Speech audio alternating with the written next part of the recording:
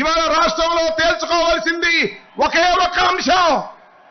ఈ రాష్ట్రానికి ముఖ్యమంత్రిగా తిరిగి జగన్మోహన్ రెడ్డి గారు కావాలా, లేక 14 సంవత్సరాలు ముఖ్యమంత్రిగా చేసి ఈ ఆంధ్ర ప్రజానీకాన్ని మోసం చేసినటువంటి చంద్రబాబు నాయుడు కావాలా తేల్చుకోవాల్సినటువంటి సమయం ఆసన్నమైందని మనవి చేస్తున్నా.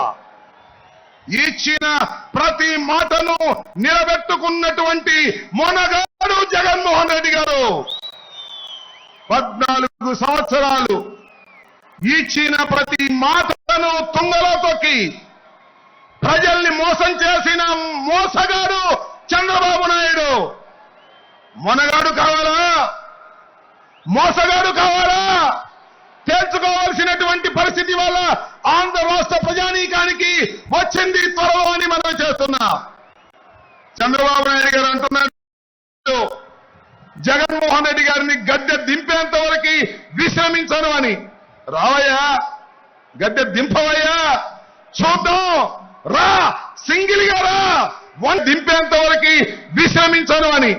రావయ్యా, గద్దె దింపవయ్యా, చూద్దాం, రా, సింగిల్ గా రా, ఒంటరిగా రా అంటే నేను ఒంటరిగా రాలేను. నాకు ఒక ఆయన ఉన్నాడు, దత్త పుసుకుని ముగ్గురు కలిసి వస్తాం అంటున్నారు. సింగిల్ గా వస్తే చితకబడుతాం, ఇద్దరు వస్తే ఇసిరి కొడతాం, ముగ్గురు కలిసి వస్తే ఇసిరి సముద్రంలో ముంచేస్తాం. జాగ్రత్త అని మనం చేస్తున్నాం.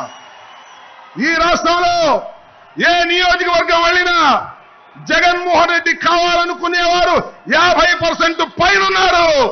ఎంత మంది కలిసి వచ్చినా ఏమీ చేయలేరని కూడా ఈ సందర్భంగా మనవి చేస్తున్నా.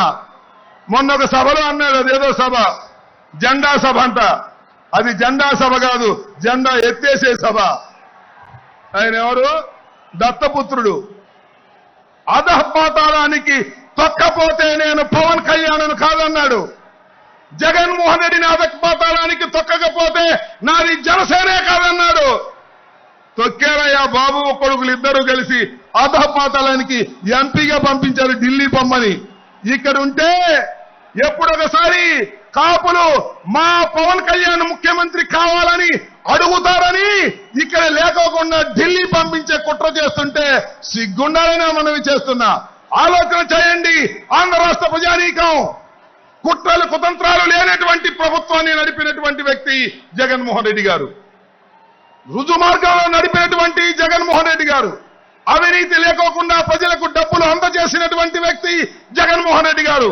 జగన్మోహన్ రెడ్డి గారు కావాలో, మోసగాడైనటువంటి చంద్రబాబు కావాలో తేల్చుకోవాల్సిందిగా మిమ్మల్ని మనవి చేస్తున్నాను.